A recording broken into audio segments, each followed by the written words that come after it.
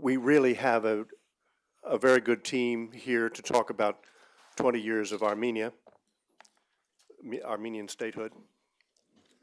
These are people who, in my old trade, we would say were well and favorably known, and are independent voices for sure. And what I'm going to suggest, in the interest of efficiency, is that we ask each of our speakers in turn to spend about 10 or 12 minutes telling us what they make of the experiences of the last 20 years, and then we'll move to questions after that.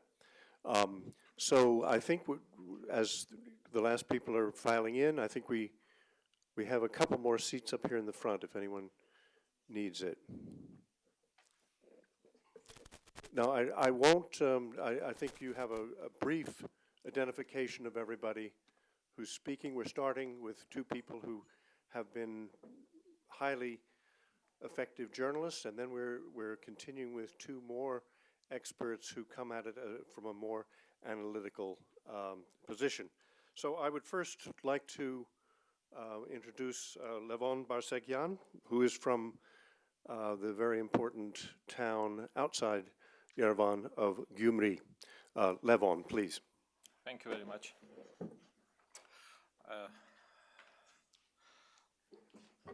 It is, at first I want to say thanks for such invitation, for participation, for such interesting event, and share our opinions and discuss the issues related to the Armenia. I have tried to move out from the last 20 years of the independence of Armenia main points, I won't say milestones, which are very much important for the Armenian development and, of course, to the future of Armenia. And after that, I will mention some problems, what we have currently. The first, of course, it is the Karabakh war and ceasefire of 1994, May 12, and the situation, no war, no peace, continuing up to now. In 1995 was adopted the Constitution of Armenia, and the first violations in the elections of Armenia was happened in 1996 in the presidential elections of Armenia. Another interesting point was the resigning of the first president of Levon Ter-Petrosyan in 1998, and the main violation of the constitution, it is the movement of Robert Kocharian to a candidacy for a president of Armenia. It is foreseen by the Armenian constitution for the candidate for a president to be a 10-year citizen and resident of the Republic of Armenia. Another point I am remembering, it is the 27th of October 1999. It was a tension to the parliament and the government. 8 members of the parliament and government were killed in the parliament house. In 2002, it was shut down, last independent TV station of Armenia, A1+. It is already 10 years. They are trying to back to the air, but unfortunately unsuccessful yet. And everyone knows about the events of March 1 of 2008, very much related to the last presidential elections, when after 10 days of peacefully demonstrations, about 10 people were killed, 130 wounded, about 70 people were jailed as political prisoners, and it is the, I think, main cross points in the history of Armenia of the last 20 years. Unfortunately, the situation in Armenia is still bad, And the main problem, I think, it is the electoral system in Armenia. The first electoral bribe was invested in Armenian political life in 1999. A vote price was about $3. Different experts saying that since 1999, in the presidential and parliamentary elections, up to 25-30% of votes were purchased from different people. In general, proxies of the governmental people, ruling parties, and the oligarchic groups. As you know, next year is the parliamentary election year for the Armenia in the May 12. In the October 12 will be local governmental elections in Armenia, and in February in 2013 will be presidential elections. In last 12 years, we have facing two huge amount of violations in the electoral process in the elections. It is misusing of public funds, state budget money, public institutions, involvement to the election process is educational system, healthcare system officials, and everyone knows in Armenia that to be director of the school, it's very comfortable to be a member of Republican Party. Next issue related to the elections, it is the violations in the polling stations of the elections, changing of results of the elections. And in the end, no one knows what was the real result of these elections.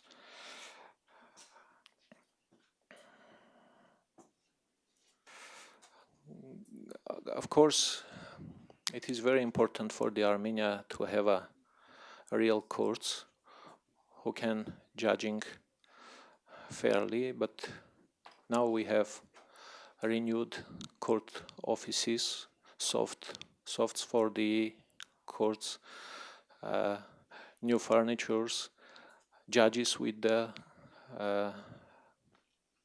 wages about $3,000, $5,000, $6,000 a month, but we have no justice in the courts, unfortunately. One of the main threats for Armenia, it is also mentioned immigration processes and trends to the increasing of it. Another issue is the broadcasting media, which is under control of the presidential office, and we have no any TV or radio station which can broadcast news and analysis independently. Of course, population receiving a lot of news and analysis about foreign countries, about Palestine, about Afghanistan, Pakistan, and so on, but there is no TV report about the killings in the streets, in neighborhood streets of the demonstrants. Last year was changed law about the TV and radio. The digitalization process was invested in the broadcasting media, and as a result of it, the number of TV stations were reduced without any explanation why it was happened. And main threat and challenge for Third Republic of Armenia is the state capturing corruption.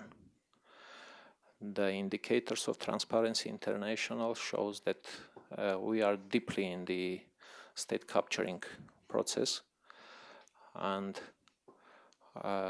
next upcoming elections can be crucial for the Third Republic, unfortunately. Of course, I have a lot of examples and stories about this, but I will look for your questions, and thank you very much for attention. I will pass. Thank you, Levon.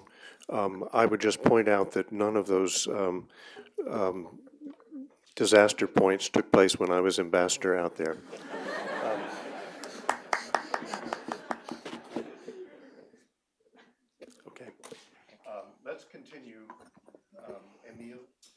Danilian, whose work you can see very frequently if you go to RFERL, and you can get it in other ways as well.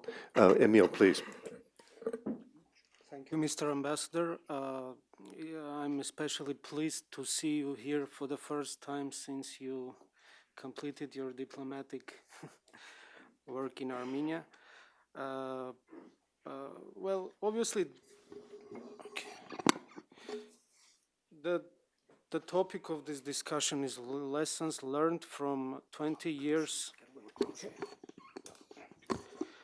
Lessons learned from 20 years of independence and state building. Obviously, different people have learned different lessons from those 2 decades in Armenia. I'll just present briefly the conclusions which I have drawn while closely following political life in Armenia, both as a journalist, political analyst, and as an ordinary citizen. The most important of those conclusions is that it's practically not possible to build a successful, really democratic state. It's practically impossible to live up to the expectations of the population from independent statehood without having a government or governments that are accountable to or dependent on voters. And obviously the only way you can do that is to have genuinely free and fair election, and that's something we haven't had since the early 90s. The numerous problems that the country is now facing, corruption, social injustice, problems with the rule of law, I just don't see a fundamental radical solution to them as long as this lack of accountability, lack of government legitimacy persists, as long as there is no democratic mechanism for the rotation of power among the country's main political forces. And this is what Tom mentioned this morning. And this lack of government legitimacy, it not only fuels popular cynicism, apathy, but it also undermines civil society, and it even, I would say, it weakens the independent statehood. This situation is it's all the more unfortunate if we take into account the fact that Armenia was one of the first former Soviet republics, and I think the first in the South Caucasus to bring down the communist government by means of reasonably democratic elections that were held in 1990. The first years of our independence were quite promising in terms of democratization and political reform. We had a president and parliament whose legitimacy was not questioned by the opposition. We had a parliamentary opposition that had some influence on government policy.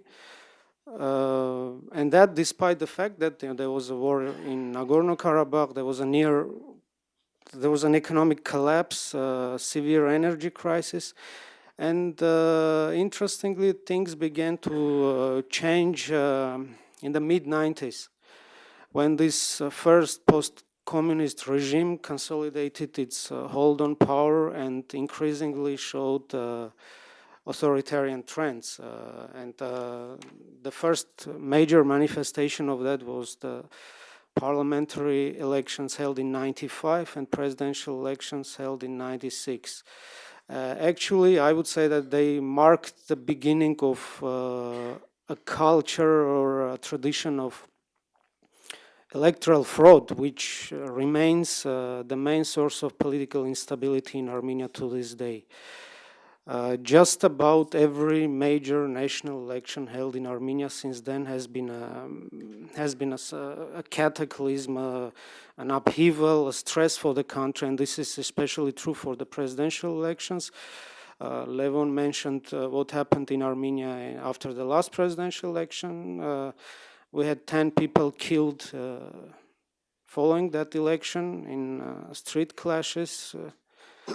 Between security forces and opposition protesters, and there's a bitter irony in the fact that those protests were organized by Armenia's first president, now the top opposition leader, Levon Ter-Petrosyan, the man who willingly or unwillingly laid the foundations of this very flawed political system. It's a system which is very difficult to define in one word or even one phrase. Obviously, Armenia is not a democracy for the simple reason that we don't have free and elections that are widely recognized as free and fair. Practically, since the mid-90s, it has been impossible to change government through elections.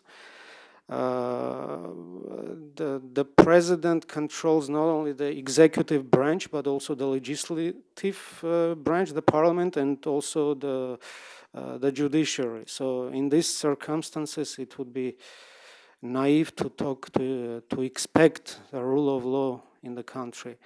And another consequence of that is this strong connection between the government and big business. Being wealthy, if you want to be a wealthy entrepreneur in Armenia, if you want to have a really extensive business interest, you have to be friends with the government at best. You have to support the regime during elections, and you have to basically avoid challenging it because you'll risk losing everything. At the same time, of course, Armenia is not a dictatorship, and I would even say that it's not even an authoritarian country like Central Asian republics or Belarus or maybe even Azerbaijan.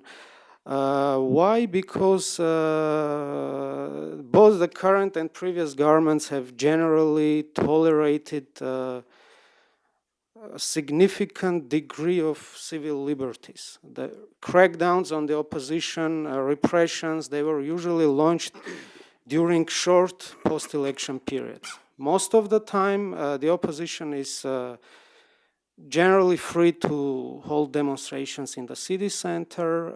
You may occasionally see some opposition figures on TV. There is a very vibrant print media, which is mostly independent and pro-opposition, and those newspapers are practically free to write what they want, practically free to attack the government. Another thing is vibrant civil society, non-governmental organizations.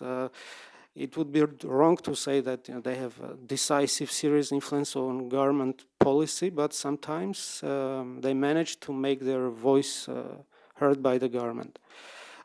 Certainly, all this is giving me some hope for the country's democratic future, but the question is, can this change take place in the near future, like in the next 2 years? And unfortunately, I'm not an optimist.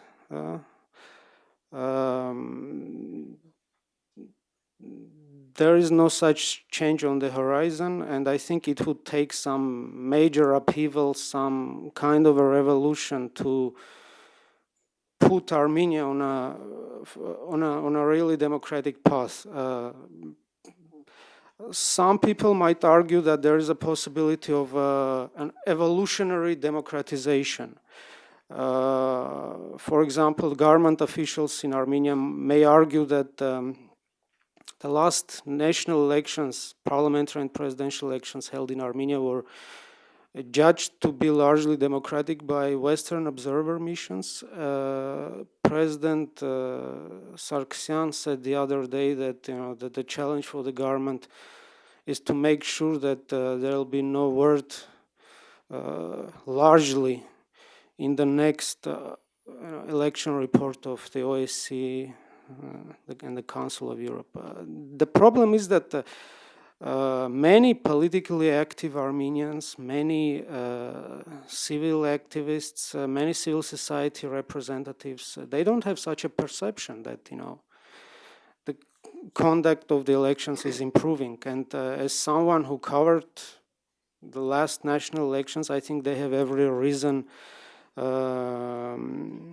not to trust the official vote results and to expect more of the same next time around.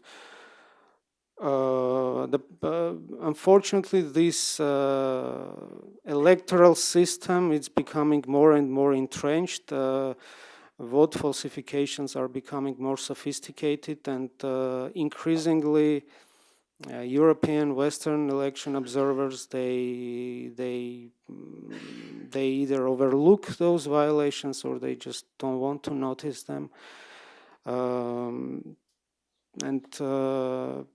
Let's see what happens in less than 6 months from now, when we'll have parliamentary elections. Thank you. Thank you, Emil. Let's continue on after two presentations which leave us maybe a little bit, if not thoughtful, or certainly thoughtful, if not a little bit on the depressed side. Richard Garagosian may be known to many of you as someone who has lectured at the Foreign Service Institute and elsewhere here in Washington. He's now based in Yerevan and has set up his own think tank there. Richard, let's hear from you. Thank you, Mr. Ambassador. And let me thank Tom and the conference organizers. As someone who's moved to Armenia 6 years ago, to be honest, it is nice to be home. But we're going to step back. In fact, the last two presentations of this panel will step back and identify broader trends over 20 years. And perhaps, whether by accident or consciously, a little more optimistic. But in terms of this panel, lessons learned from 20 years of independence and state building, I would actually differ with the title. In terms of lessons learned, in the Armenian context, little has been learned. If anything, lessons have been lost more than learned. And 20 years of independence have been matched with 20 years of dependence in many contexts. 20 years of state building as well has more been defined as system building rather than state building. And to be honest, what we have is, after 20 years in Armenia, the strategic threat to Armenia today is not from Azerbaijan, it's not from Turkey. The strategic threat to Armenia is one of isolation and the threat of insignificance if borders remain closed and the strategic importance of Armenia continues to decline in the face of the internal reality. Now, overall, we would say that all three of the countries of the region have a shared legacy. But from the point of an abrupt inheritance overnight of independence with little preparation, we saw three markedly different trajectories. In this context, what I'd like to focus on is looking at four main trends of transformation: political, economic, foreign policy, and military security. But to be fair, despite all our shared criticism and indictments of the situation in Armenia, to be fair, there were very limited policy options available to the Armenian leadership. There was very limited room to maneuver, mainly due to missed opportunities at times, but the reality of the South Caucasus. Where we are overall, however, is interesting. The transition period has passed. Armenia and Georgia and Azerbaijan are no longer infant states. At best, they are now adolescents, not yet mature adults, but in this period of transformation rather than transition. In Armenia, it's also about a consolidation of power, however, as well as elite transition. But in Armenia, there is a degree of stability which has to be recognized. To be honest, Armenian stability is a result of two specific tests. Armenia survived its own domestic terrorist attack on parliament in 1999 and survived that test. Secondly, Armenia also passed the test of a constitutional crisis when former President Levon Petrosyan was forced to resign. There is a degree of stability in Armenia that must be noted. But looking at the first of these four main trends, looking at the political, to be honest, after 20 years, we see an increasingly narrow political discourse, defined largely by militancy over moderation, nationalism instead of patriotism, with Nagorno-Karabakh, the war, and now is an unresolved frozen conflict, as a driver and a determinant of the political development. We also see, however, a very big difference between governing a country and ruling a country. Unfortunately, in terms of governance, Armenia falls short. And largely over 20 years, political dissent has not been conducted in protests and demonstrations. Political dissent has largely been exercised by getting on a plane and moving, largely to the Russian Federation or Glendale, California. What's also interesting is political change in Armenia has largely been about selection rather than election. And personalities have dominated politics much more than public policy disputes. Individuals have also dominated over institutions, unfortunately.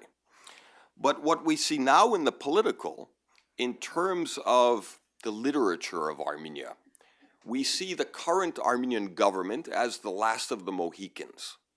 And to be honest, as much as Azerbaijan is Shakespearean in terms of father to son with Lady Macbeth, in Armenia, it's the last of the Mohicans, the last of a specific political elite in Armenia that has come to political and economic power from Nagorno-Karabakh and because of the Karabakh War. What's interesting now is we are beginning a transition where there is no successor to the current Armenian president, the last of this Karabakh elite. But given the reality of the political system of Armenia, this is the problem. The lack of checks and balances, weak institutions. The rule of law has become the law of the ruler in many cases. And there's a marked lack of political will where strongman-style leadership is preferred over statesmanship most of the time. My outlook for the political is a little more positive, however. Unlike the presentation this morning by Hans, in terms of capturing the public opinion and the different trends within Armenia, I see something slightly different. Since March 2008, the post-election crisis, apathy is declining. Civic activism is increasing. It's rising, perhaps too slowly, but it is increasing. And the most important cohort is the youth in Armenia. The youth factor now are no longer as quickly leaving as comparable to the youth of the 90s. They are much more willing to stay and try to fight for change and have not yet given up. Most interesting is the political conflict. For the first time in Armenian political history, and for the first time over 20 years, the current political conflict is no longer the traditional confrontation between the authorities and the opposition. The current conflict is within the ruling elite itself. This is very important for offering the potential, unwittingly, of being an agent of change, forcing open the closed system as the internal dynamic, the conflict within the political elite, forces change. The second factor, which we'll hear more about tomorrow and later, is the economic. In many ways, what's interesting is if the political development of Armenia can be traced to the distortions because of the war over Nagorno-Karabakh, the economic reforms have also been deformed by conflict economics during the 90s. Scarcity of goods, monopoly positions over key imports and exports, closed borders and isolation have led to the formation of what we have today: corruption, but more importantly, commodity-based cartels, or so-called oligarchs. This closed economic system is very much a result of the conflict economics of the 90s. Now, what's interesting too is we have an interesting paradox in Armenia in terms of economics. We have pronounced underdevelopment with pronounced overdependence, where much of the lifeline for the ordinary family is remittances from abroad. 75% of the remittances come from Russia. What's important here economically is 20 years of overdependence on Russia is more than just strategic or military or political. It's economic. In other words, the situation in the Russian construction sector and other markets in Russia is much more influential in Armenian economics. In other words, Armenia, because of its closed borders and relative isolation, has been fairly immune from the global economic crisis, but it has been hit very hard by the Russian economic crisis. But in terms of the outlook, we have a country of widening disparities of wealth and income, where the tide not only doesn't lift all boats, but tends to sink many of the boats, lifting the yachts of Armenian society. But we also see the emergence of the oligarch, commodity-based cartels that have become so powerful, they now, for the first time, directly threaten the state itself by undermining state authority and undermining fiscal operations of the Armenian government by failing to pay taxes. This is important because it necessitates and drives the need for political will in greater reform by the Armenian government. In other words, as a threat to the state itself, the Armenian government, whether it likes it or not, is forced to confront the challenge of the so-called oligarchs and to rein in the business and politics nexus. The third area I want to talk about in terms of one important trend is the military security. In many ways, Armenia is now the dominant military power in the region, but it's a defensive position. Armenia, despite the frozen nature of the conflict, does not have any offensive threat capability. If anything, Armenia has moved from being a consumer to a contributor to regional security and stability. What's interesting, though, is we see the rise of militancy over moderation in politics matched by the military, the army being even now more trusted than the Armenian church.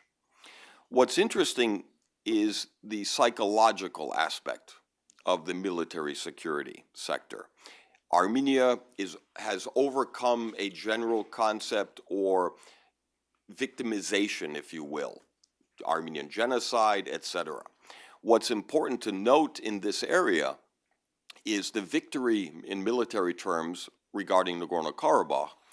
It's very hard for Armenia to climb back down. It was, to be honest, Armenia's first military victory in over 1,000 years. It's very hard to climb back down from this. But the fourth trend that bears note is foreign policy. And there are two specific new developments: Armenia-Turkey and a new questioning of Armenia's over-reliance on Russia. First, in terms of Armenia-Turkey, if the Russian-Georgian War remade the map of the region in a very negative sense, Armenia-Turkey has the potential to remake the map in a very positive sense. It is a win-win. And in many ways, we are trying now from the Armenian side to sustain the momentum in Armenian-Turkish diplomacy on a track 2 level. But secondly, what we see in terms of this new trend is new questions over Armenia's relationship with Russia. Not that the challenge is to the strategic alliance or partnership, but a new questioning and a challenging in Armenia as to the unequal terms of the relationship, the asymmetry of not getting enough in return from Russia, This is new and is growing. Now, what's important as well is that expectations have been rather low for Armenia over much of the last 20 years. But demands for change should actually be much higher than they have been. The Armenian diaspora needs to be part of the solution, not the problem. It needs to demand greater accountability and more transparency and more democracy in return for its support of Armenia. I personally hope it doesn't take us another 20 years to report positive findings. But what we also see is an inherent advantage of the Armenian state in terms of reform and democratization. In fact, there are three distinct advantages that need to be highlighted. The advantage of incumbency, using state resources to actually manipulate or maintain power. The second is an advantage of indifference, trying to secure and maintain power while resting or gambling that apathy will remain the currency of Armenian politics. The third advantage that the government holds is invisibility. In other words, the absence of agents of change. Whereas we saw from the data, many Armenians are unhappy and discontented, but a very small percentage actually take the initiative and either demonstrate or try to change things from within. Now, finally, my conclusion is just this. There is no conclusion. We've seen 20 years of stagnation, of one step forward and at times 2 steps back. The bigger problem, however, is we need to remind ourselves that the real threat to Armenia is continued isolation and pronounced insignificance. Unless Armenia gets its house in order, then there will be much less chance of any breakthrough regarding Azerbaijan and Nagorno-Karabakh, or less breakthrough regarding Turkey. So it's difficult to give a conclusion because we're still an adolescent. We have yet to enter a mature adulthood.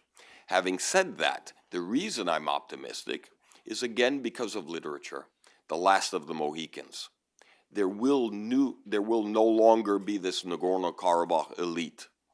What we will also see is this new political elite that's emerging may not necessarily be better. It will simply be different. But we do see indications within society of a new degree of activism, and the youth in particular are perhaps the most potentially mobilizing force. Finally, in terms of political developments, we do see an interesting trend. We see after March 1st, after the March 2008 post-election crisis, a lot of the civic activism, especially among youth, have shifted tactics and strategy. They're no longer waiting for leaders. They're taking the initiative, and they started with politically neutral issues, urban planning, such as environment especially, but also in terms of the foreign language school issue. But now there's one big issue that has the potential for true change in Armenia. It's hazing, deaths in the Armenian armed forces. This one issue is potentially very powerful, not just because it's in an institution that is most trusted, but because it is an issue that touches many families because of conscription. Most Armenian families have a relative, if not a son, serving in uniform or will serve. This is an important issue and a test of the Armenian government, how it handles the issue. And lastly, it's the one issue in the political social spectrum that unites the Democrat and the liberal with the hardcore nationalist. Dashnags and Democrats will come together. This is the one powerful issue of patriotism. And it's a true test of the Armenian government that I don't think the Armenian government truly appreciates. And it's also a bellwether or an indicator of broader democratic reform, even more important than one election. So I'll stop here and thank you. Thank you, Richard. You've certainly given us a lot to think about, and we'll come back to some of these points in the questions for sure. I now want to pass the floor to Alexander Iskandarian, who some of you may know. He was here just 6 weeks ago at a conference at CSIS, and we look forward to your remarks. Thank you, Mr. Chairman. It was in late 80s, early 90s, a joke in Odessa, Ukraine, the term Soviet Union, what Jews should learn. And the answer was that Jews optimists should learn English, Jews pessimists should learn Hebrew, and Jews realists should learn Kalashnikov. I will try to be the Jew realist, the last one. State building in newly independent Armenia was influenced by, I would say, two key factors. First, by the earliest estrangement of Armenia's old communist elites from political power, and second, by the unfolding of the conflict over Nagorno-Karabakh. Of course, communist nomenclature was sooner or later denied access to politics in some other post-Soviet countries as well, for example, in Georgia, and to a lesser extent in the Baltic states. What makes Armenia special is that the development of its political elites was almost devoid of a communist inertia. Similar to many developing countries, Armenia, classic developing countries, third world, Armenia has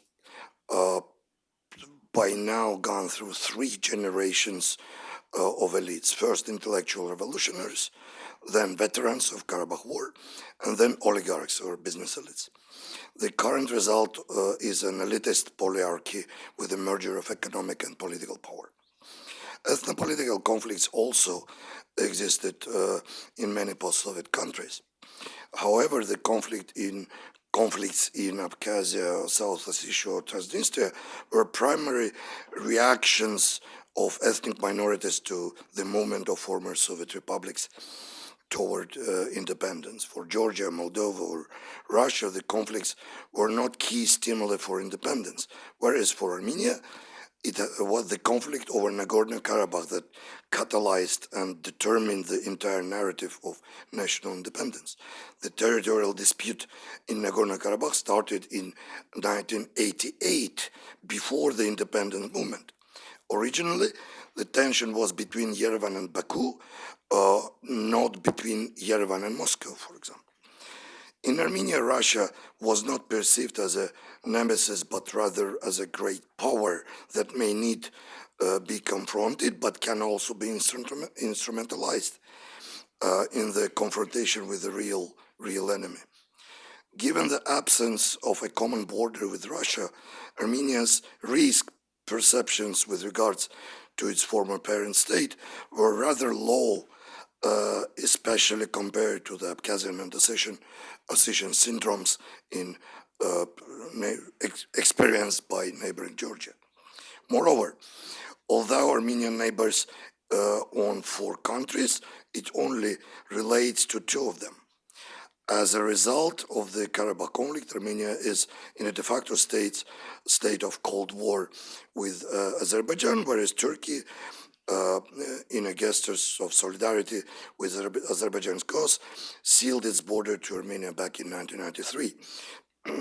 And 2 countries still have no diplomatic ties. In the current reality, Armenia only has 2 neighbors, Iran and Georgia. Given the tense relations between the United States and Iran on the one hand, and between Russia and Georgia on the other, it would be suicidal for Armenia to opt for the orientation kind of strategy adopted, for example, by Georgia. By highlighting its alliance with one of the key external players, Armenia would risk seriously damaging relations not just with another external player, but also with one of these remaining 2 neighbors. Its only solution is to interact with all stakeholders, regardless of the tensions existing between them. Armenia calls this policy complementarism. Avoiding the dichotomy of pro-Western, anti-Russian orientation, Armenia tries to sustain positive relations with Iran, Georgia, Russia, and the US in the same time. In fact, this balancing game is the only way Armenia can constructively react to regional challenges, from the Russia-Georgia war to the construction of gas and oil pipelines. Although Armenia's sitting on the fence can be disappointing to all actors, it also prevent genuine tensions with any of them. Armenia is perceived in the West as being pro-Russian and in Russia as being pro-Western. But neither player considers Armenia a radical actor. In the final analysis, the West doesn't treat Armenia on a par with Belarus, nor does Russia treat Armenia on a par with Georgia. Geography matters a lot. For example, 2/3 of Armenia's communications run via Georgia and about 1/3 via Iran. The EU, mostly Germany, is Armenia's largest trade partner. And in terms of cultural identity, also Armenia has a growing proclivity to Europe. Meanwhile, there are two spheres of prime importance in which Russia's weight is crucial: security and investments. Let us look at security first. All post-Soviet wars were fought with Russian weapons. In the 90s, the NATO or any other bodies or countries were not options. In the case of Armenia, friendly relationships with Russia did not just provide it with weapons, but also with a security umbrella in the shape of the former Soviet Union army base located on Armenia's territory and ensuring the non-involvement of Turkey in the conflict. As a result of playing this balancing game, Armenia, on the one hand, had the same institutional engagements with the EU and NATO as the other South Caucasus states. Eastern Partnership Program, NATO, IPAP, involvement in peacekeeping operations in Kosovo, Iraq, and Afghanistan, and the other. But on the other, it's only member of the Collective Security Treaty Organization in the South Caucasus and still has a Russian army based on this territory. It's also the only country in South Caucasus which fully controls its territory. The conflict over Nagorno-Karabakh, thought still unresolved, does not flare up again. Now to investments. Foreign investment is crucial for Armenia's economic growth. Given the fact that Armenia is landlocked, poor, and has little natural resources, there is not much incentive for Western businesses to invest in it. Its market is teeny and transportation costs are huge because roads to Europe are shut off by the sealed Armenia-Turkey border, so that shipments have to take a large detour. It is very hard for Armenia to attract capital to industries that require large investments and do not promise rapid payback, such as energy production. Russia is Armenia's only gamble which this type of investments is concerned, given Russia's probable political motivation and the fact that it has problems investing outside the post-Soviet realm. Indeed, political incentives can lead to investments on a scope that a country with Armenia's constraints can never hope to receive through business initiatives. Russian companies have invested in several key sectors of Armenian economy, primarily into energy production. Since Armenia is the region's only exporter of electricity, prospects of increasing electricity production using Russian capital can lay the basis for developing other industries, as well as boosting the export potential of a country which has no carbohydrates of its own. Despite popular perceptions to the contrary, the active and probably politically motivated engagement of Russian capital does not change much in the Armenian domestic perspective. The reasons are quite plain. Where the European Union places very particular demands on the domestic policies of partner countries, pressuring them to implement reforms and commit to democratic standards. Russia does not care what sort of domestic policies are in place in its partners countries, as long as they stay under its military wing and do not proclaim openly pro-Western orientations. One can say very loosely, of course, that whereas the European project is about values, the Russian one is about loyalties. As a result, in terms of democratic progress, Armenia is under much stronger pressure from Europe than from Russia. However, Armenia cannot not opt out of partnership with Russia in the military realm as long as conflict over Nagorno-Karabakh remains unresolved and border with Armenia and Turkey remains sealed. The Armenian-Turkish rapprochement project was designed to remedy the current situation. So far, it has failed, and therefore Armenia still needs Russia's security umbrella. Without having to look back to Russia at every stage, Armenia is, in the spirit of its complementarism, is trying very hard to engage in European and, in a wider sense, Western integration projects of every possible kind. In domestic politics, Armenia's main challenge lies in its elitist governance, a problem typical for hybrid regimes. Though not autocratic, Armenia is not a fully democratic society either. Political parties are personality-centered, mass media are pluralistic but not free. My colleagues talked about it. The political class is small and merged with business elites. The population at large is either apathetic or altogether rejects the legitimacy of elite. The country needs further economic growth, institutional development, and separation of politics from business that would foster the emergence of a viable middle class, public perception of stakes in politics, and eventually wider political engagement. Even with political will, this transition will take a while to implement. Maybe the main lesson from 20 years is that it's impossible to build a country, economy, independence, and democracy in 20 years. Thank you. Thank you very much, Alexander. We have about 45 minutes for questions. I'd like to start off by asking the following. In the last couple of months here in the United States, there have been a couple of interesting articles, one in Foreign Affairs and one over the weekend in the New York Times, about the corrosive effect in Israel's internal affairs of the continuing military challenge and on the West Bank. That is what shall we say, the deleterious effect of having this unresolved issue to the east.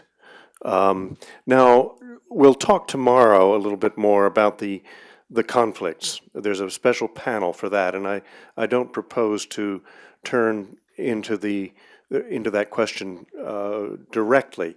But Richard, you in particular mentioned the effect of the conflict on the politics in Armenia, and I wonder if you or any of the other panelists would like to say a little bit more about that in specifics. Well, I'm not sure if the Israeli example applies wholeheartedly, but there is something in common from the Israeli case, and that is threat perception or even misperception. In terms of, from the Armenian perspective, similar to Israel, there is a perception that Armenia is surrounded by hostile or rival states and potential enemies. The lack of genocide recognition by Turkey actually prolongs this sense of victimization as well. But the other problem is whether it was, to be honest, I'm a Democrat, so in terms of to refer to American politics, At some point, the Bush administration was using national security grounds to influence partisan politics.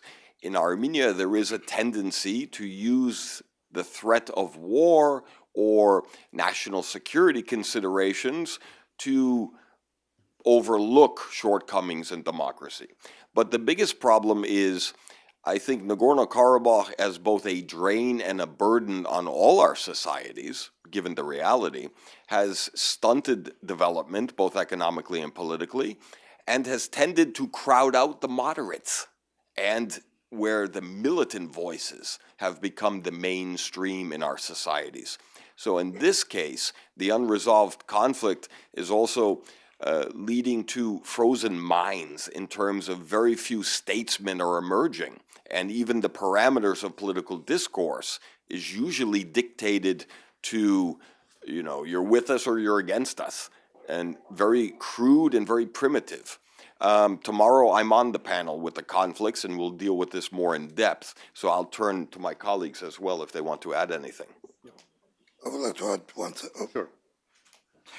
Just one sentence. Difference between Israel and Armenia is that Israelis have enemy inside. We don't have our Palestinians in the country. So Armenia, in Middle Eastern terms, have Syria, but don't have Palestine. It's a difference. The enemy is Azerbaijan, not Azerbaijan is inside your country. You don't have such phenomena like intifada, the terrorism on the streets, etc., etc. Thank you. Yes, please, Emil. Very briefly, I'm not sure the unresolved Karabakh conflict has had or is having a decisive influence on Armenian politics or the conduct of elections in particular. As I said, for example, the country diverted from the democratic path not during the Karabakh war, but after that. So I think I wouldn't make. I don't see a direct link between Karabakh and democracy. I have seen direct connection. As a result of my relations and off-record talks to a lot of officials in Armenia for last 10 years, I'm sure that main rulers every time artificially contradicting democratic values to the national security issue. They are saying that, guys, please wait. It is the very hard situation for Armenia. We have enemies around us. We have a frozen conflict in Nagorno-Karabakh. Let us to solve these problems, and the next will be the time for democracy. Of course, I believe that it is artificial conflict. There is no such conflict. The best solution for all problems, I think, it is the democracy. We are facing in such artificial explanations in every step of our activities. Thank you. Okay, let's move to questions from the audience. Please identify yourselves, and there'll be microphones coming around. Yes, please. Thank you, Mr. Ambassador. My name is Habib Husseinov. I'm from Azerbaijan. Richard mentioned in his presentation that unless Armenia gets its house in order, there will be no breakthrough with Azerbaijan. So that naturally makes Azerbaijanis interested in domestic developments of Armenia. And I would even argue that in some sort of, if your premise is true, which I believe is legitimate, also in some sort of political stability in Armenia, as strange as it may sound.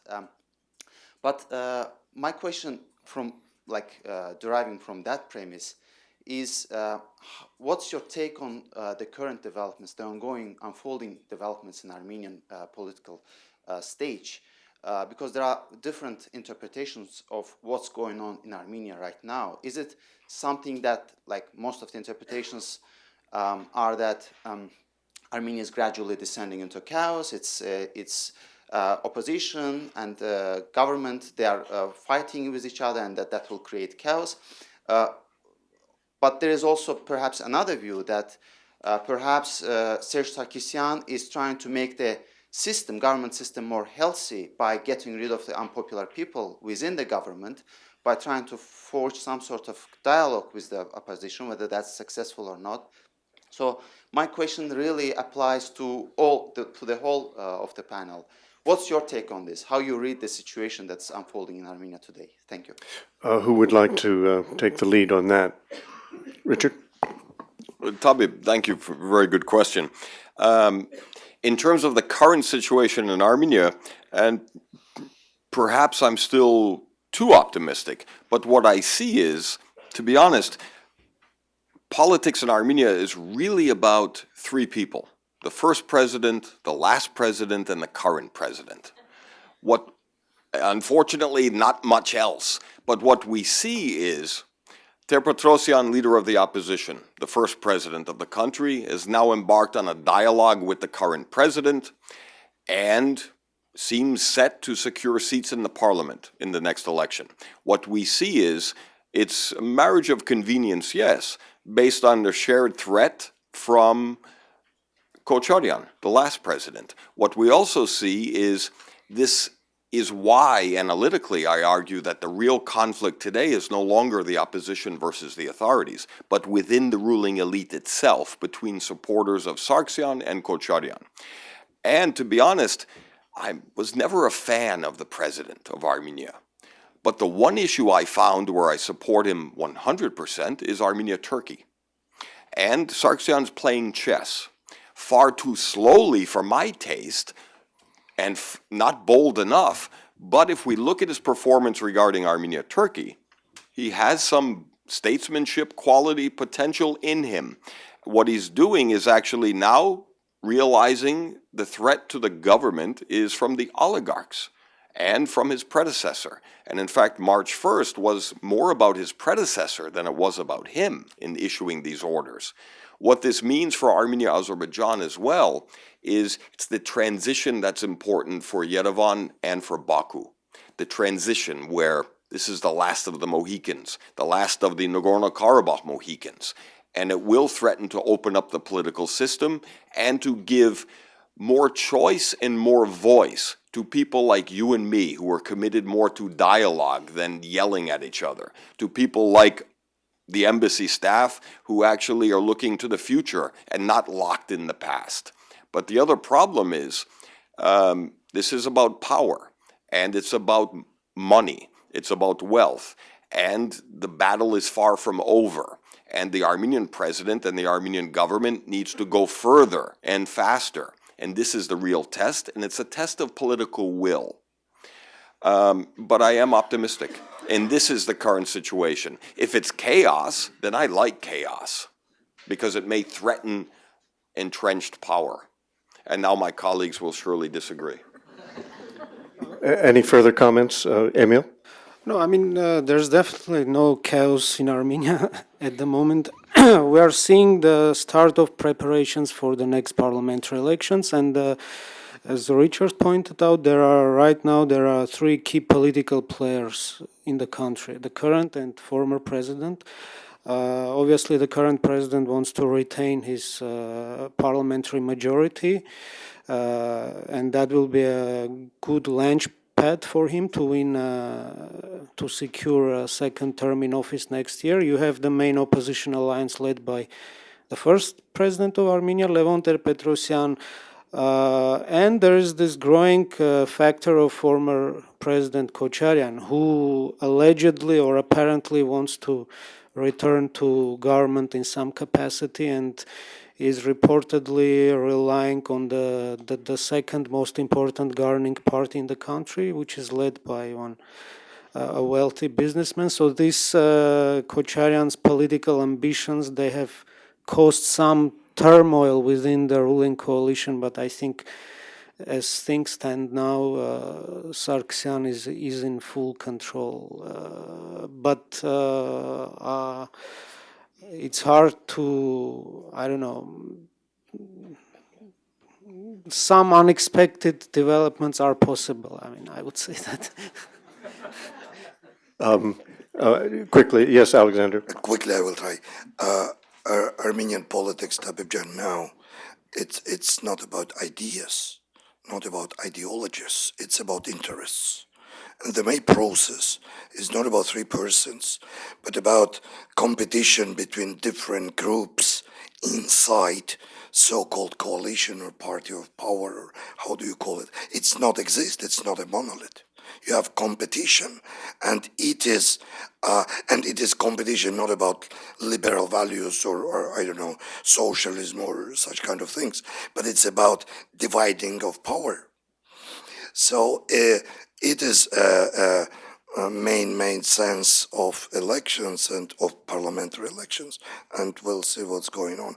I don't think that it will be something unexpected, but the main leader of opposition is not Levante Petrosyan. Main leaders of oppositions are inside ruling elites. Thank you. Yes, the lady there. Thank you very much. My name is Inge Snip. I'm the founder of Evolutia, a blog on Georgian politics, and I'm currently a visiting scholar at the Harriman Institute at Columbia University. My question sort of goes into what we just talked about the elections and about free and fair elections and what the OSCE has been mentioning, mainly because of the story Emil Danielyan said. OSCE said it's kind of free and fair, but if you look at the ground, what's going on, how much corruption is really going on. And so this is more of a personal comment of my personal observations. In February 2008, I did election observation in Yerevan and in some of the outskirts of Yerevan. In May of 2008, I was doing election observations in Zugdidi, and in January 2010 in Donetsk in Ukraine. And I think what my personal observation of it is that in Georgia there was insane chaos. There were fights, there was screams, there was lots of things going on. In Donetsk, there was true harassment. It was like very open and very clear that the voters were being intimidated. But also my personal experience with Yerevan was that it was going really well, very good organized, very, very strictly done. Everybody followed the rules. And we all know that beneath the lines, like reading between the lines, there was something much more going on, but it's so difficult to actually observe it if you get all this space to actually observe and if people are being friendly with you. And I think that's my anecdote is always, I feel like that the Armenians are just a bit more professional when it comes to corruption. So I think that would be like my minor comment on it. Thank you. Thank you very much for that comment. And I just have to come back to Richard and say, Richard, we can tell you've been away for 6 years if you think Americans are not committed to yelling at each other. Yes, sir. Yes. There. Well, one and then the other. My name is Ilgar Mammadov. I'm from Azerbaijan. I just want to ask a quick question. If there is any political, legal mechanisms in Armenia in order to revert or cancel or abolish the agreement with Russian Federation on the presence of Russian military base, and I understand that the agreement has been signed last year for the term of 25 years. So in 49. Oh, sorry, 2044, until 2044. So is there any capacity, political or legal, or any mechanism exists in Armenia to expel Russian military base from Armenia till 2044 against the Russian will?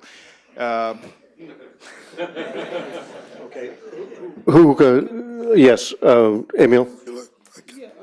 By law, I think any country can abrogate any treaty at any time. And in theory, that's possible in Armenia, but that's not going to happen for the simple reason that the military alliance with Russia is, I would call it a matter of national consensus. I mean, the vast majority of political groups in the country, at least the main political forces, they support it, and they also supported this new defense pact with Russia. And it's clear why, because this is, for Armenia, military ties with Russia, it's the only realistic way to stay in this arms race with Azerbaijan. You know, it's military ties with Russia means access to cheap or free weapons. It means access to military expertise, military training by Russia. So as long as the the conflict in Karabakh is not resolved, Armenia will be heavily reliant on Russia for security. Ilgar, if I may, the short answer is give us time. The longer answer, to be honest, is actually the problem is not the Russian military base. Militarily, it's fairly insignificant. The problem is the asymmetry of the relationship. It's one of the few Russian bases in the world where the host government doesn't receive any payment, unlike the Kyrgyz, for example. Secondly, Armenia chooses not only to forego any kind of lease or rental payment, unlike Gabala, but the Armenian government chooses to pay for the telephone, the electricity, the water for the base, for the prostitution, for the dry cleaning. And to me, that's an insult to the sovereignty and independence of Armenia, just as it is that Russian border guards are guarding the Armenian borders, including the Armenian International Airport. Richard, I think it's changed at the airport. I was just through there, but, They're still in charge, management. okay, I didn't see any. Alexander, Ilgar, as a political scientist, I don't understand difference between 35, 49, 220 years. It's a political reality of today. It will change if the political reality will change. Doesn't matter, is it possible, by law it is possible, or not, but it doesn't matter. It's a result of Karabakh War and of this symmetric or asymmetric balance between sides. So it's a result of concrete political situation, not of signing paper. okay, yes, sir. Thank you. Richard, in Armenian discourse, Ivlian Haindeva, Georgia. Could you identify yourself for the rest of the audience? Haindeva, Georgia. In Armenian discourse, what does it mean to be moderate regarding Karabakh issue? Thank you. Who would like this? Now, we are going to talk about the conflict tomorrow, but I think this is posed in the same sense as my first question, that is the internal political conversation. I'm going to be very honest with you to the extent that I may even offend or anger some Armenians in the room. An example of moderation in the Armenian political discourse, in my opinion, is referring to occupied territories, not liberated territories. And in fact, the Armenian government, to its credit, is still officially and unofficially has a policy that the territories are occupied and will be given back. It's a negotiation of when and how, but this is an example of moderation. Another example of a trend of moderation in political discourse is Turkey in terms of the image of the enemy. One result from Armenian-Turkish diplomacy is many in Armenia no longer see Turkey as such a threat, and this is helping to deconstruct in the political discourse the image of Azerbaijan as the enemy in a positive way. So these are two concrete examples of trends in the political discourse where there's progress. Okay, let's see. Yes, sir. Yes. It's coming from the other side. Two very short questions. One in response to... Could you identify yourself for the audience? From Tbilisi. Hans Gulbrot showed us, presented results of empirical research, and he said that during the last 2 years in Armenia, the level of pessimism went up or optimism went down, so that twice more people want to emigrate for good, something like that. So it cannot be really explained by democracy deficit or things like that, because that did not change in the last 2 years, as I understand. So could any of you comment why it's happening? And second, more to Richard, you said that last of the Mohicans is leaving, but on the other hand, all three of the Mohicans are politically active and quite young and vigorous. So why do you think that they are leaving? They don't appear to be leaving, any of them.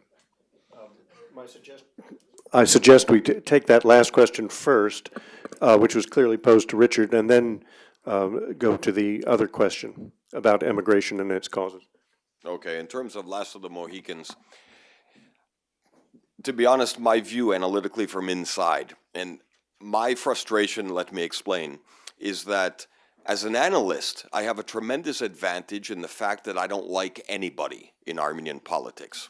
But as a man and a father living in Armenia, it's amazingly frustrating that I don't like anybody in Armenia. The Last of the Mohicans, all three of these presidents, including the first, whether they realize it or not, are at the end of their tenure. Sargsyan will be reelected president, I have no doubt. And it's also a reflection of the reality. But if Kocharyan tries to come back, for example, then we'll have a real revolution in Armenia. And it's something even Moscow and Washington worry about. A weak Armenia is one thing. Unstable is quite another. Ter-Petrosyan is coming back into the system. We'll have parliamentary seats in the next election. And this is waning of their power. And I say that because even Armenian society is beginning to use the word occupation, not in reference to Azerbaijan, in reference to Nagorno-Karabakh taking over the Armenian government, to be quite honest. And I don't think that the Mohican tribe will be able to return to the political stage beyond this period. But the next political elite we already see emerging, some good, some bad. The second question regarding the economics, and it's economics, not political. We have a political stalemate. It's the economics and the vulnerability in remittances and the financial pressure where Armenians are largely willing to flee if possible. Now, the one cohort I have hope with are the youth. The youth have not yet given up. But this requires one missing ingredient for change: opportunity. Simple opportunity does not exist. And until we can solve this paradox, then we'll have the same recurring 20-year nightmare. I think we can get back to this question unless, Emil, do you have something to add? No, to the second Yeah. question. On immigration? Yeah. Yes, please. Well, I mean, in terms of the level of cynicism, apathy, public discontent, I don't know. I personally, I don't see much change in the last 2 years. I mean, we've had the same popular sentiment since the 90s. I don't know. Maybe the one possible factor behind this opinion poll is that Armenia was hit hard by the global recession in 2009. Our GDP contracted by 14%, and we are still reeling from that recession. Maybe that translated into some changes in public opinion. I don't know. Yes, sir. Oh, I'm sorry, you've already had one, haven't you? No, okay, go ahead. Afghan Niftyeva at the George Washington University. I'd like to ask about Iran and its role in Armenian politics and how it's affecting its relations with Turkey and Russia, and also whole Armenia-Iran relations and in 20 years. Okay, let's have a quick question then. Is that your question about, that's a very broad one, Very but broad question. We talked about Russia and its role in Armenia, and also Turkey relations with Armenia. I'd like to address my question to the panelists, whoever can respond. What's the Armenian-Iranian relations and its perspectives? Was it negative? Was it positive? And about in terms of politics and economics. okay, who would like to lead on that? Yes. I have a short answer to that. I mean, I already mentioned that relations, military ties with Russia are a matter of national consensus. There's also another rare matter of national consensus in Armenia is relations with Iran. And again, the Karabakh conflict is the key reason for that. I mean, you have to look at the geography. Iran is one of Armenia's two conduits to the outside world, and I think that explains everything. Mm-hmm. We can come back to this, I think, at a panel tomorrow also. Yes, sir. I'm Hikmet Hacızadeh from Azerbaijan. Yes. I'm about consensus of Armenian society about Russian base. And I believe that Russians keep this base not for Karabakh only, maybe, but they have their own strategic goals against NATO or maybe other things. But does that mean that if they still will have this interest against NATO and someone, they will keep this base in Armenia, and Karabakh conflict will never resolve because it's in need of Russia? Was unclear. Did everyone hear the question? Okay. Karabakh, sorry again. Russia not for Karabakh in Armenia. For Yeah. that, to stay there, they will keep Karabakh conflict fire. Like that. Okay, who would like to address this? Alexander? Russian base is, from military point of view, it's useless. Especially after Russian-Georgian war, when you have black hole between Armenia and Russia geographically. It's useless. You cannot use it towards NATO, Turkey, or whatever. So from Armenian point of view, Armenian elites' point of view, base is there because of Karabakh conflict and Turkey. For Russians, at least I can say that they can use Russian sentiments, Russian strategic thinkings or whatever for based in Armenia, but use this base against Turks or against, I don't know. It's useless. It's symbol of political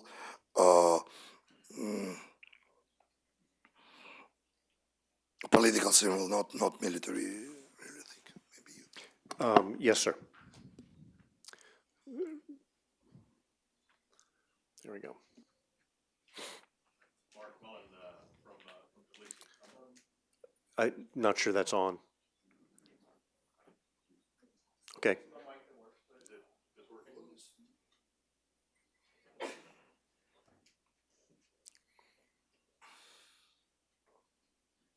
This one? Mark Mullen from Tbilisi.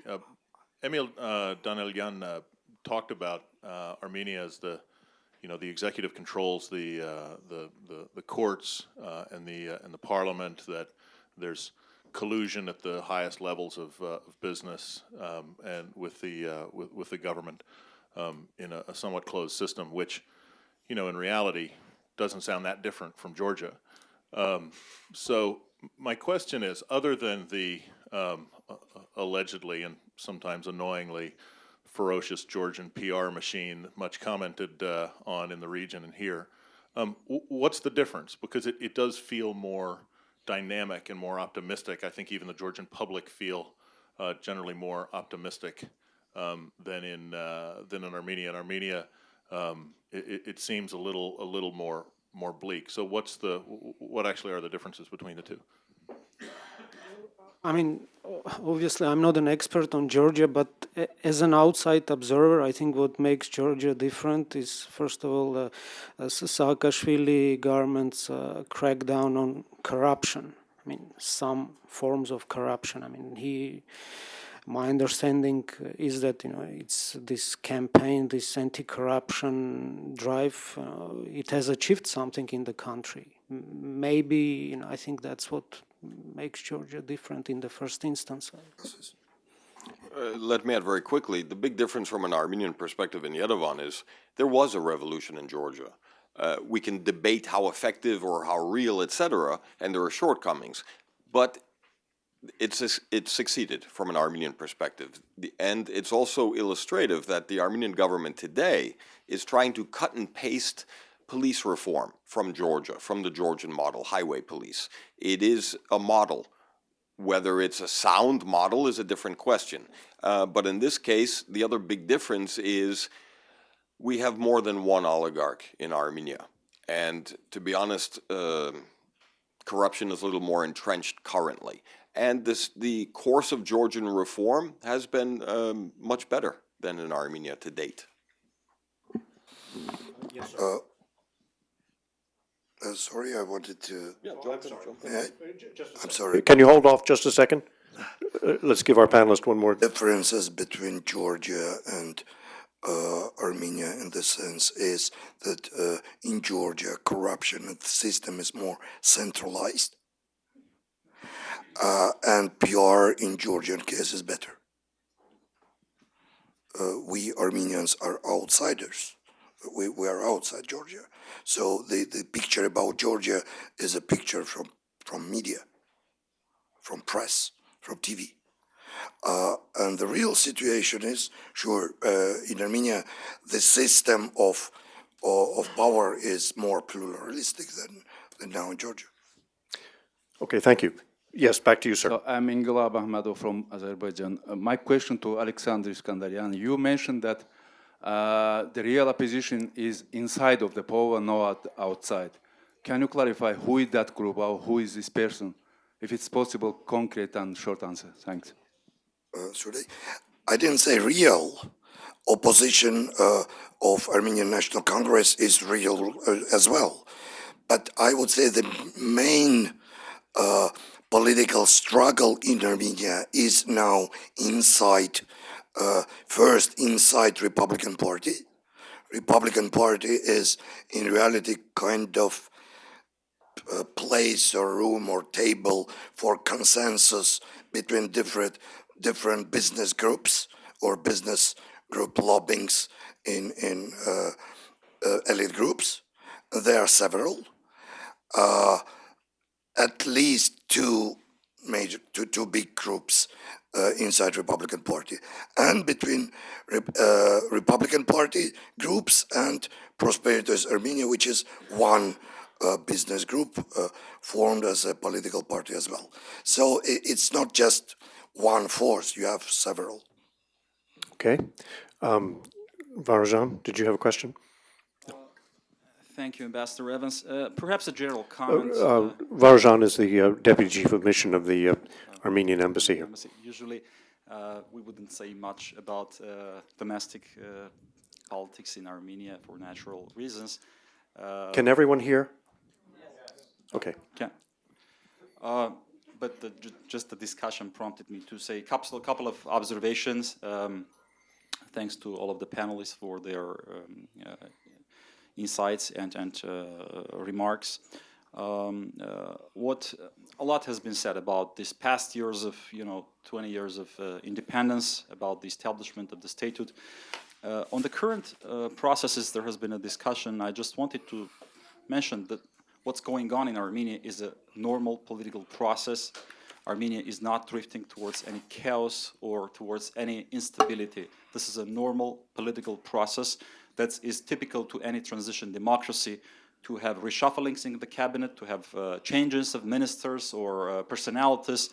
So what's going on is basically that, whether it's a power struggle within or as a result of a power struggle within opposition. So this is an inherent situation in many transition democracies that I think we witness in many countries throughout the map of the Eurasia. The second thing that I listened carefully to the remarks of all of the panelists.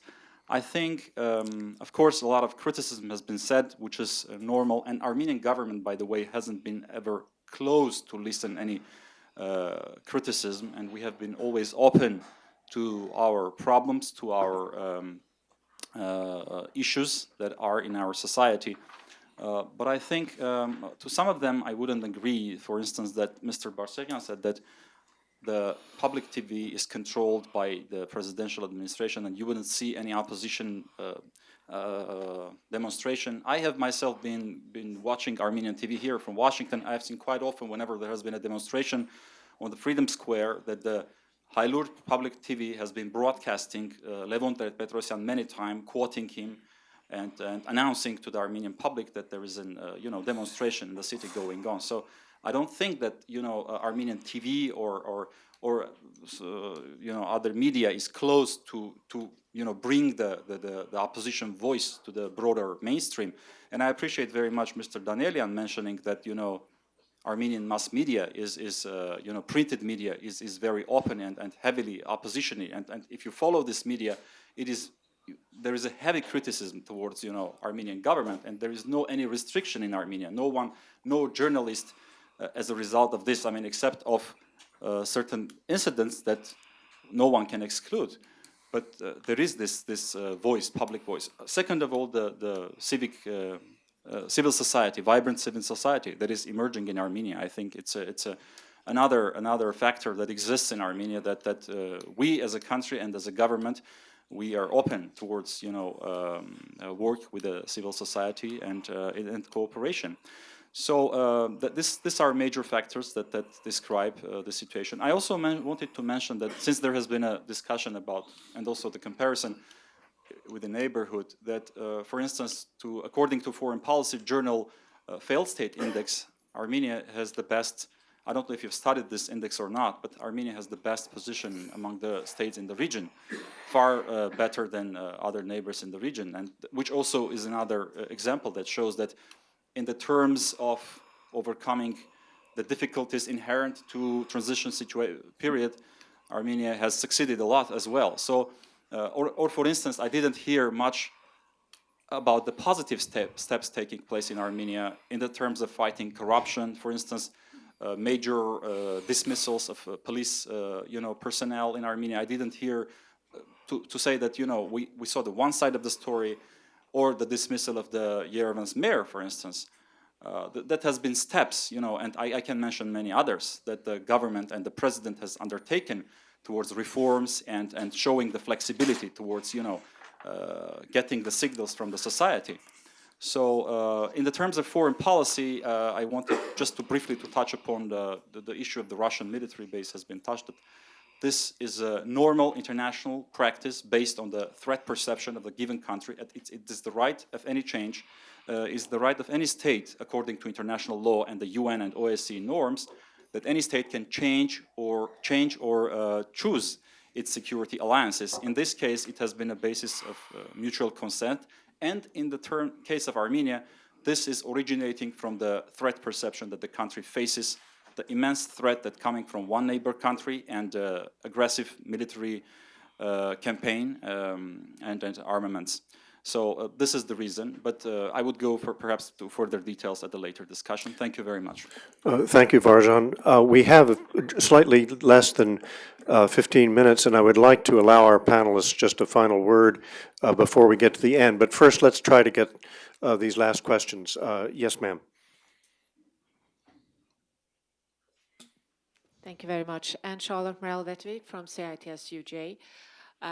Perhaps with the hope of ending on a happy note, I would like the gentleman in the panel to maybe reflect on the possible positive engines that could be driving the momentum that some of you referred to in the Armenian-Turkish relationship or tango. It's been going back and forth for a number of years now. But if there are any positive engines that drives this momentum, if you could elaborate on that, thank you. Only in Armenia, Turkey? In Armenia, related to the Armenia-Turkey relationship. Let me throw out a word of caution here, and that is that we do need to look also at the other side of this equation, that is the Turkish side, where in the last few days there have been some very interesting things going on. I'd like to get the other questions asked. If anybody wants to comment on these engines in Armenian-Turkish, let's do that in our summation. Mr. Mary. Wayne Mary, American Foreign Policy Council. Richard Garagosian made the argument that Armenia has considerably receded in the priorities of the outside world in recent years. This parallels an argument I recently made at a conference in Yerevan about all three of the countries. But I would like to ask, given that the United States, the European Union are facing other issues, other problems, and that much of the sort of the fascination and the expectations that drove European and American interest in the Caucasus region in general in the 1990s have been overtaken by other things, and certainly American disappointment with democratic backsliding.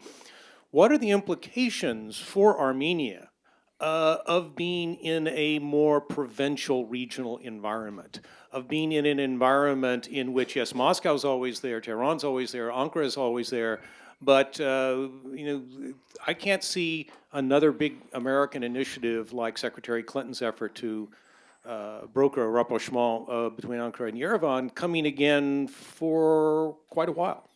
What are the implications of that? Okay, let's hold that also, and this lady's been very patient. Here comes the microphone. I'm from Azerbaijan, and I just had a question that is kind of tied to what we've just seen in terms of the what we've heard from the representative of the embassy of Armenia and obviously the civil society representatives that are at the panel. And it's kind of related also to the question that the gentleman from Georgia had about the Georgian PR efforts that have been successful. And there is a perception in Azerbaijan in general that Armenia is better at managing its public relations image. And That Armenia is better? yes, and that, in other words, that Azerbaijan realistically falls behind on a lot of these Transparency International and other ratings, but also that basically the Armenians have the capacity, and again, that's the, maybe the national idea, which is not true, that they're better at uniting in the face, as you said. The government manipulates this idea, both in Azerbaijan and Armenia, manipulates the public by this threat. But in other words, how much do you see that the civil society coming out and speaking out about these problems? Do you see that as affecting Armenia's image and therefore really contributing to that security threat, etc.? Thank you. Okay, I think that pretty much takes care of our questions, unless I see one in the back. Hi. Could you identify yourself when you get a microphone? And then I have. Yes, hello. My name is Haik Nalpetian. I work for the Armenian TV. There was a reference to our TV station. That's why I'd like just to comment briefly on something. Thank you.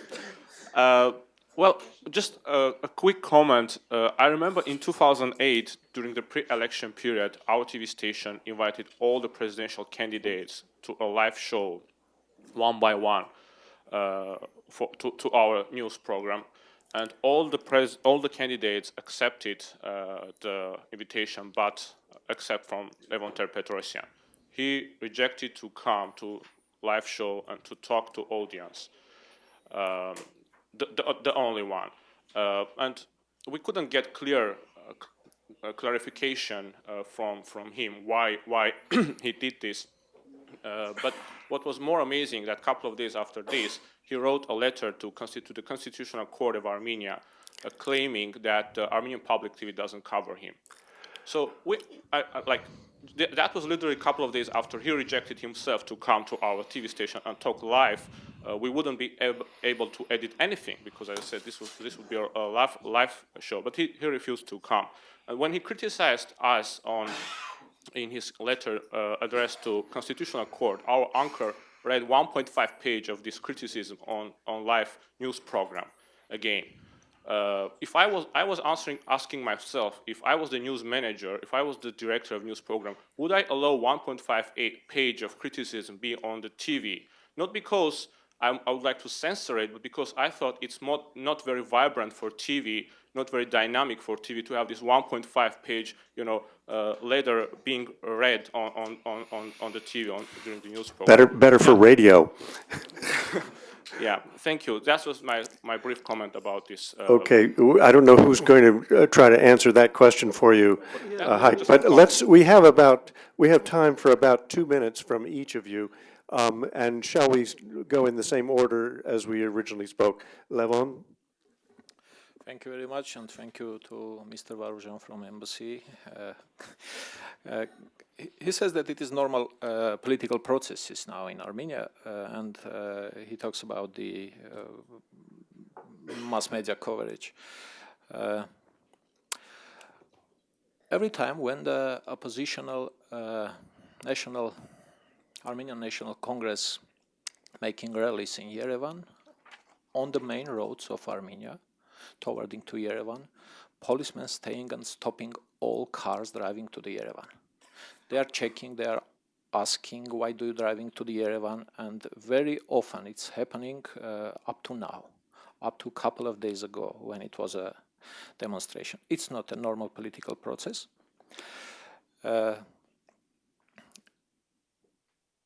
About diversity of opinion on the mass media. Of course, we have independent print media, but total circulation of all dailies of Armenia, it's about 35,000 copies a day. The coverage of public TV is the 3 million people. They are covering 98% of territory of Armenia. It's a very big difference. And when I say about the controlling of the presidential office on all broadcasting media, I am sure that it is true.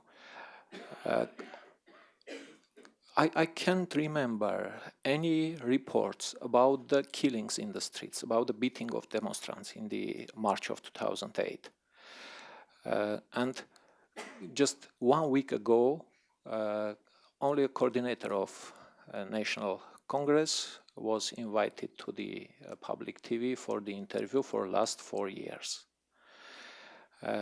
It's not equal coverage of the oppositional activities in Armenia.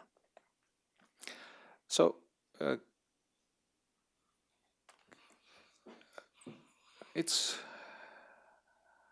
will stop here. Okay. Thank you. Thank you. Thank you very much. Emil? Well, first about the implications of the failure of the U.S. push to normalize Turkish-Armenian relations. I think the implications are clear that the Turkish-Armenian relations will not be normalized before a solution is found to the Nagorno-Karabakh conflict. Regarding the popular view in Azerbaijan that the Armenians have been better or PR than the Azerbaijani side, you'll be surprised to know that the dominant view in Armenia is quite the opposite. Especially now that the Azerbaijani government has lots of money to spend on this kind of lobbying. So I don't know who is better at PR. And the gentleman from the Armenian public television, actually he raised a very important issue. I mean, Mr. Terpetrosyan's avoidance of media, especially local Armenian media, is simply legendary. I mean, he's always been notorious for that. As a journalist, I'm really unhappy with that. And then I can also give some other examples of his Armenian National Congress, some figures in his Armenian National Congress being not tolerant of any of dissent coming from independent media. But this doesn't change the fact that broadcast media in Armenia, their political reporting is tightly controlled by the presidential administration. I mean, it's a widely known fact that there are directives, there are orders going to every broadcaster, just about every broadcaster from the presidential administration. And all you have to do is to look at the news coverage of our TV stations in the run-up or during elections. Thank you very much, Emil. Richard? Let me turn first to Wayne's question in terms of a flagging of interest and commitment from the West. The reality from the Armenian perspective is it's probably a good thing because we're actually on our own and we can't hide behind either Baku Ceyhan or we can't hide behind the US or Brussels in terms of the shortcomings are our own to fix. The impetus, the challenge is now on Armenia. But one example is this engine of change, Armenia-Turkey. To be honest with you, the US had no direct role in the beginning of Armenian-Turkish reconciliation. If anything, Washington was 2 steps behind. And that's why I'm optimistic that it may work. Because Turkey's doing it based on their own calculation, not to please America or appease the Europeans. It's more real this time. And in terms of an engine for growth, actually, this is still the only positive trend in the region in terms of Armenia. And in fact, the first casualty of Armenian-Turkish diplomacy was the concept of one nation, two states between Azerbaijan and Turkey. In other words, why I support Turkey in this is because it's an attempt to correct a failed policy. Closed borders, a lack of diplomatic relations are not normal, nor did they result in concessions from the Armenian side, just the opposite. And in fact, this is the only win-win we have on the table, and it's in Azerbaijan's benefit longer term. And lastly, the other good thing about the Eastern Partnership, the European Union, as the latest players in the region, is I like their policy. More for more, but also less for less in terms of delivering. The promises have to become reality. And it's a good time that the Armenian government is called to task and is delivering and will have to deliver.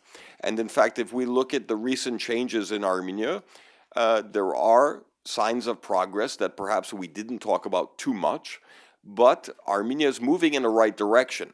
My criticism, however, is it may be too little too late. Thank you, Richard. We're just a minute or two away from lunch, but Alexander? Finalizing, I would answer your question, but widerized, can you say it in English? More wider than Armenian-Turkish process. What is, because Armenian-Turkish process is not about Armenia, it's about Washington, Brussels, and Ankara.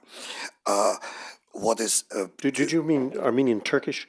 Armenian-Turkish, yes. No. But I want to say what is engine of change in Armenia generally.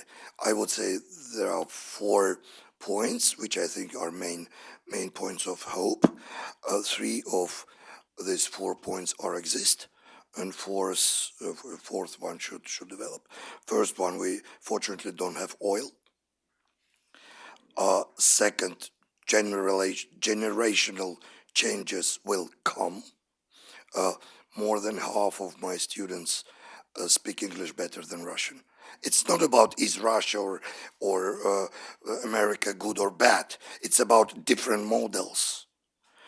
Maybe one or two of them have been in Russia once, but more than half of them have been in the West, and more than maybe all of them wants to go for this program, that university, this university for 3 months, for 2 months. It's different mental map. This change just will come when you move from my generation to more younger generation. Third is different groups inside political elites. Armenia is not autocracy. It's not Switzerland, sure, but it's not Turkmenistan, Uzbekistan, Azerbaijan, Russia, or Belarus. It's different. And last, which is not, but not least, which is not exists, which is not so developed now, economy. The main problem of democratization of Armenia is absence of middle class. People buy 20 kilograms of potatoes. You cannot buy my voice by 20 kilograms by potatoes, but I'm sorry, I have my 20 kilograms of potatoes. So economic development is extremely important for democratic development of Armenian society. Thank you. Thank you. And I understand lunch is 20 kilograms of potatoes. I'd like to ask the audience to Kilogram of caviar will be. let's thank our panel, please.